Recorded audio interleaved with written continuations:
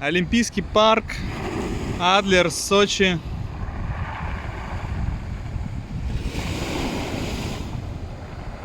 Апрель 23-го года. Черное море. Уже почти лето. Сегодня плюс 20.